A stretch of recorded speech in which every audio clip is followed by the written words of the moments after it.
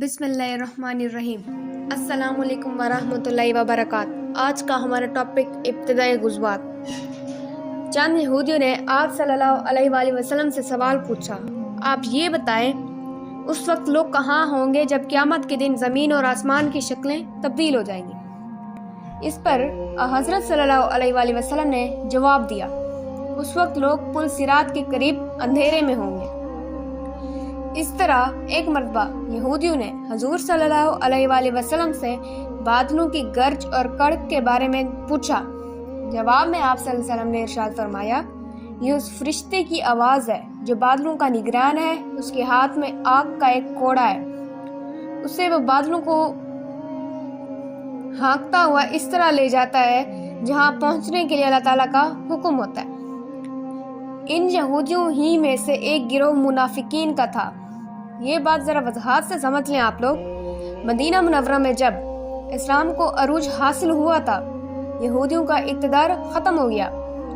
بہت سے یہودی اس خیال سے مسلمان ہو گئے کہ اب ان کی جانیں خطرے میں ہیں، سو اپنی جانیں بچانے کے لیے وہ جھوٹ موٹ کے مسلمان ہو گئے۔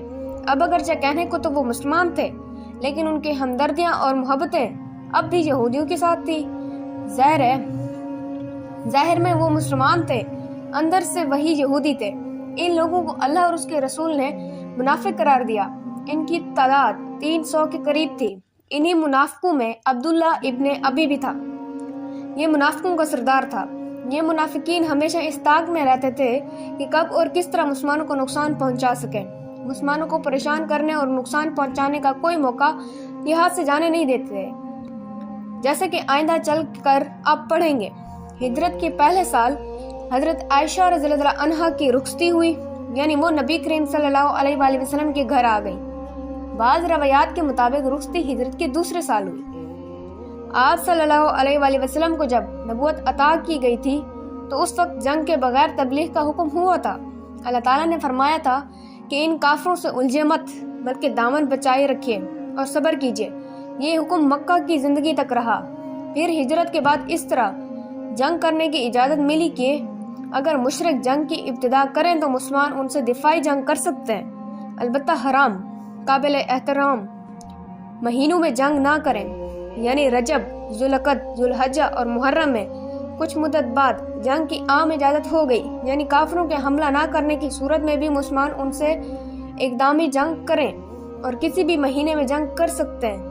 جب آپ صلی اللہ علیہ وآلہ وسلم کو اللہ تعالیٰ کی طرف سے جہاد کی اجازت مل گئی تو 12 ربیع الاول 2 ہجری میں پہلی بار حضور صلی اللہ علیہ وآلہ وسلم جہاد کی غرض سے مدینہ سے روانہ ہوئے۔ مدینہ سے نکل کر حضور اکرم صلی اللہ علیہ وآلہ وسلم ودان کے مقام پر پہنچے۔ یہ ایک بڑی بستی تھی اور ابوا کے مقام سے 6 یا 8 میل کے فاصلے پر تھی۔ ابوا مکہ اور مدینہ کے درمیان ایک گاؤں تھا۔ اس غزوہ میں آپ صلی اللہ علیہ وآلہ وسلم کے ساتھ صرف مہاجرین تھے۔ حضور صلی اللہ علیہ وآلہ وسلم قبیلہ بنی زمرہ پر حملہ کرنے کے لیے تشریف لے گئے تھے۔ آپ صلی اللہ علیہ وآلہ وسلم کے ساتھ 70 صحابہ تھے۔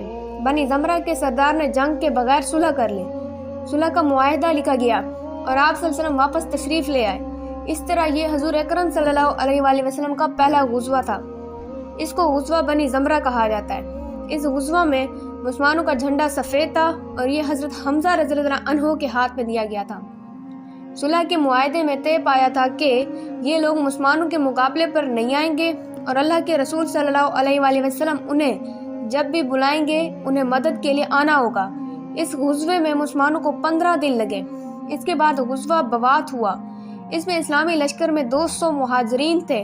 جھنڈا سفید رنگ کا تھا۔ یہ ربیع الثانی 2 ہجری میں پیش آیا۔ حضور اکرم صلی اللہ علیہ وآلہ وسلم ایک تجارتی قافلے کو روکنے کے لیے روانہ ہوئے تھے۔ اس قافلے کا سردار قریش کا سردار امیہ بن خلف تھا۔ اس کے ساتھ قریش کے 100 آدمی تھے۔ قافلے میں 2500 اونٹ تھے، ان پر تجارتی سامان لدا ہوا تھا۔ اس کے بعد آپ لوگ سنیں، جب حضور اکرم صلی اللہ علیہ وآلہ وسلم اس غزوے کے لیے مدینہ سے روانہ ہوئے تو اپنا قائم مقام حضرت سعد بن معاذ رضی اللہ عنہ کو بنایا۔ مدینہ منورہ سے روانہ ہو کر آپ صلی اللہ علیہ وآلہ وسلم بوات کے مقام پر پہنچے۔ یہ ایک پہاڑ کا نام ہے۔ اسی مناسبت سے اس غزوہ کا نام غزوہ بوات پڑا۔ لیکن بوات پہنچنے پر